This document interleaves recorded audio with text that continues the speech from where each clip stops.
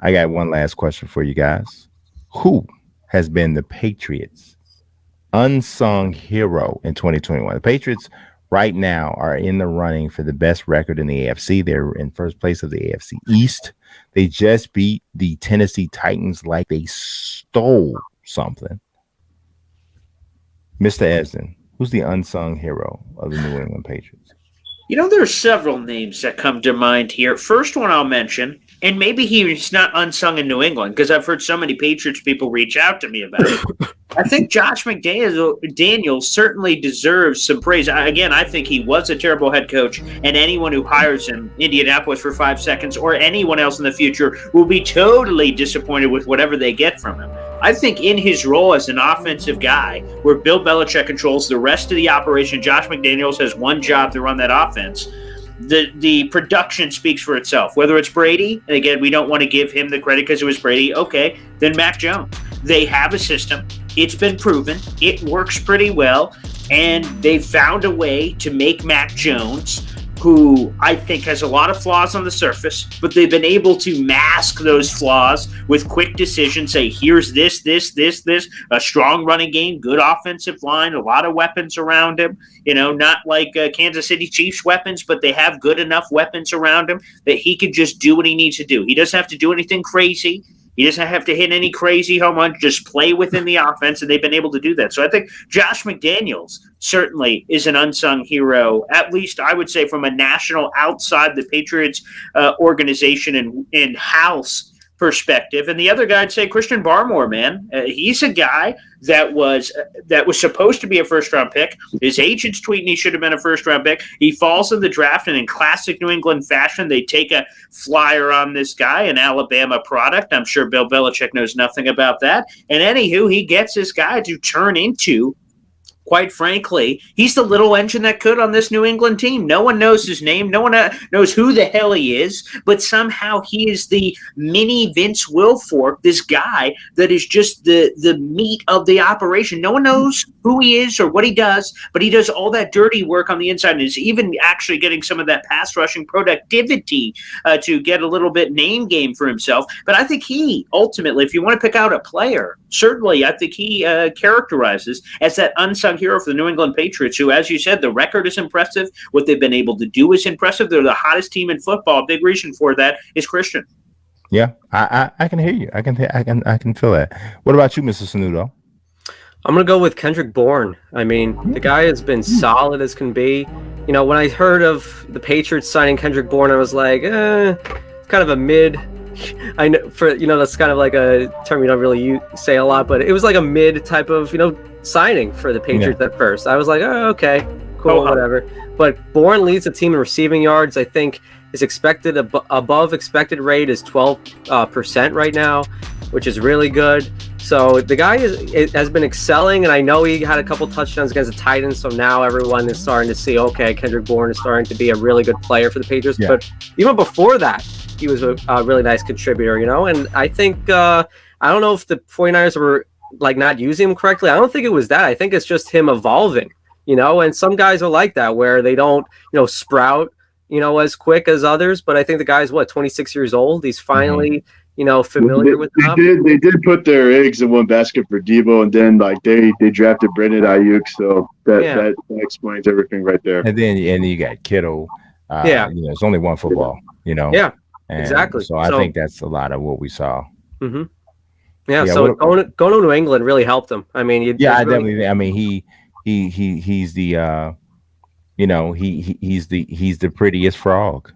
Mm-hmm. Because they don't have a beauty. They're not running a beauty pageant over there, wide receiver. They got a lot of guys with ugly games and ugly stat lines. Mm-hmm. So he's been able to shine there, and he's got a great attitude. Mm-hmm. So that definitely helps. The Patriot way. Brings a lot of energy. Solid. What about you, Mr. Rayner? I'm gonna stay with receivers. I'm gonna go with Jacoby Myers. I think Jacoby definitely deserves a lot of credit. I mean, I saw this. He's already matched his reception total from last year. He's already at 59 receptions, but Another thing I want to point out, he averages more than 10 yards per catch against playoff teams from a year ago. Against Tennessee, 19.6 yard average. Against the Saints, 10.4 yard average. Against the Browns, 12.2 yard average. It seems like the bigger the game, the more he steps up. I'm going with Jacoby Myers. I hear you. I don't know if Jacoby's unsung. I think he is probably the most discussed wide receiver that the Patriots have, which is not really saying much, but he is. But I can hear what you're saying. Now, I'm going to go with a little bit of a trick kind of an answer. My unsung hero is Bill Belichick. Oh. But it is not Bill Belichick, the head coach. It's Bill Belichick, the general manager. Poor Paul. I'm sorry, what? It's Bill Belichick, the general manager. So Bill Belichick has gotten so much criticism for his job as a general manager. Even last week, Paul said, I believe it was Paul, said that he should have been fired as the general manager. And I can totally understand why you'd say that. He's taken all kinds of heat for being just dreadful at drafting wide receivers and just overall assessing the right fit at that particular position, which was masked for years because of Tom Brady and good offensive lines. All of that said, last year, the Patriots were 7-9, had a horrible receiving corps. They had holes at other aspects of their team. They also had a situation at quarterback where they have an obvious mismatch with the talent that they had and the system that they wanted to run. So what did they do this offseason? They set a record for the amount of free agency money spent. Usually when you see a team splurge like this on free agency, in free agency, they almost never get positive results from it. Almost never. It almost always ends up in some sort of Washington football team, Albert Haynesworth kind of a situation where you're like, oh my God, well, they spent all this money in free agency, and what are they? They're 8-8. They're 6-10. They're 7-9. Whatever. They spent ridiculous money in free agency. They signed Jonnu Smith. They signed Hunter Henry. They brung back David Andrews when it didn't look like they were going to be able to keep him. They got Ted Karras. They traded for Trent Brown. They brought back Kyle Van Noy in free agency. They added Matthew Judon, who is arguably the best free agent signing, probably is the best free agent signing on the defensive side of the ball. They drafted Mac Jones, who has had the best rookie season of any of the quarterbacks right now. And it's funny, right? Because there was all this talk about Mac Jones being able to go as high as 3. The 49ers wanted him, all of this stuff. What did Bill Belichick and the Patriots do? They sat tight at 15. They did not give up any draft assets to get the only quarterback who really probably fit their system anyway. They just sat at 15 and got him anyway. So while the job has not been perfect by Bill Belichick as a general manager, just as we slam him for all of the wide receivers he missed, just as we slam him for that, just as we slam him for selecting N'Keal Harry, who I totally believe is primarily responsible for Tom Brady leaving. I believe that. Just as we say all that, we also have to acknowledge when a guy literally turns a team from a 7-9 non-playoff team to a team that is now leading the AFC East and in contention for the top record in the conference. This has a lot to do with the moves Bill Belichick made during the offseason. It has a lot to do with that. Now, I understand he does still have his warts. The Stephon Gilmore situation is an absolute ridiculous thing that took place. But you cannot argue with the fact that they are 8-4. It's wild. Mazik, I just have a quick question, because as we're throwing the roast pedals at Bill Belichick's feet, I disgustingly did that earlier in the show. I just have to ask, as you said, wow, what a masterful move by Bill Belichick. He didn't move up in the draft. He stuck to his guns. He said, no, people, I know he's going to be there. I don't know. Kind of, level with me here for a second. Is there a chance that perhaps Bill Belichick just got lucky? He accidentally sat on a shamrock. Went, what's this? Wait, Mac Jones on the board? All right, I guess. Let's take him, I guess. It's possible, but here's the thing. You had to have had some level of resolve and some level of there was a decision that was made. He was faced with an opportunity to trade up to 11. His buddy, Joe Judge, had the number 11 pick for sale. He obviously, we know he knew that. You have an opportunity because the Patriots pick obviously was ahead of the Bears pick. Are you interested in 11? Do you want Justin Fields? Do you think he's the right guy for you? Or are you afraid that somebody's going to take Mac Jones? And do you think you need to move up to 11? Belichick made a decision. No, I don't need to make that move. I'm going to stay at 15 and we're going to work with what we get. They stay at 15 and they work with what they get, and they get literally the guy who's going to more than likely be the offensive rookie of the year unless Jamar Chase takes it from him. But we already know about quarterback bias, and I'm going to tell you right now, if Mac Jones is the quarterback of the AFC, of the team in the AFC with the best record in the conference, he's going to win offensive rookie of the year. He's going to. I don't care if Jamar Chase has a 1,500-yard receiving season. The quarterback, the rookie quarterback of the team with the best record in the conference is going to win the offensive rookie of the year. Bill Belichick, no matter whether or not it was because of luck, because if it was some level of passiveness, his decisions help facilitate that. Not to mention, you go and sign Hunter Henry. You go and sign Jonnu Smith. You go and sign Kendrick Bourne.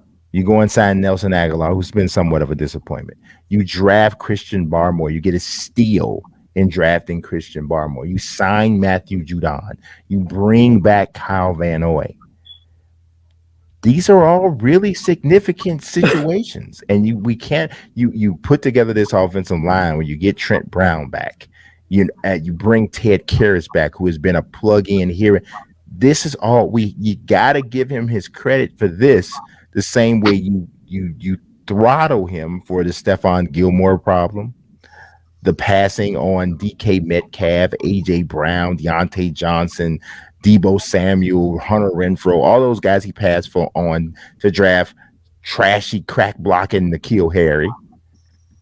All of that's true, but he did just build literally arguably the best team in the AFC in an offseason. Brian, I just got to say that you have shined a light upon me. How dare I spit upon the name of Bill Belichick? You know what? You're right.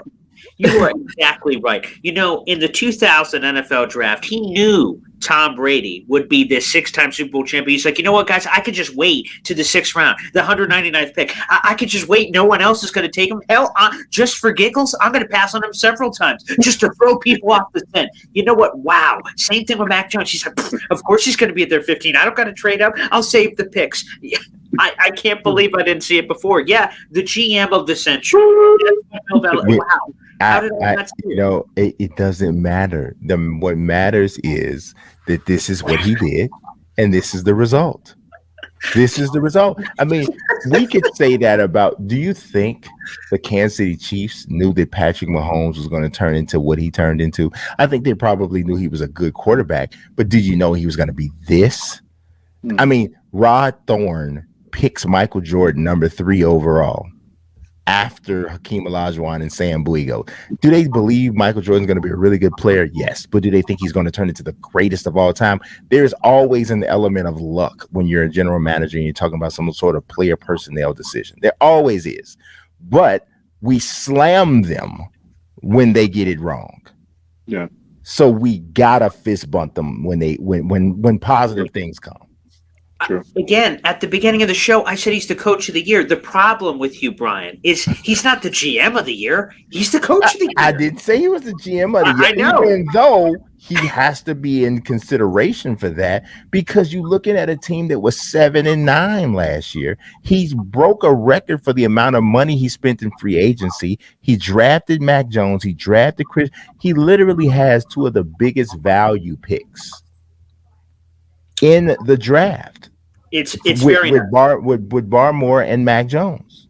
I just feel like 20 years of ineptitude at the job, and 1 year you're halfway decent at it as a general manager. I don't think that washes away the negativity. The question says, who has been the Patriots' unsung hero in 2021? Not for the last 21 years. It says it's 2021. Fine. I give up. I'm just saying. Yours. That's the name of the show. I'm just saying. That's the name of the show. Take care. Go, Jay. I love it, and I love every one of you guys like play cousins.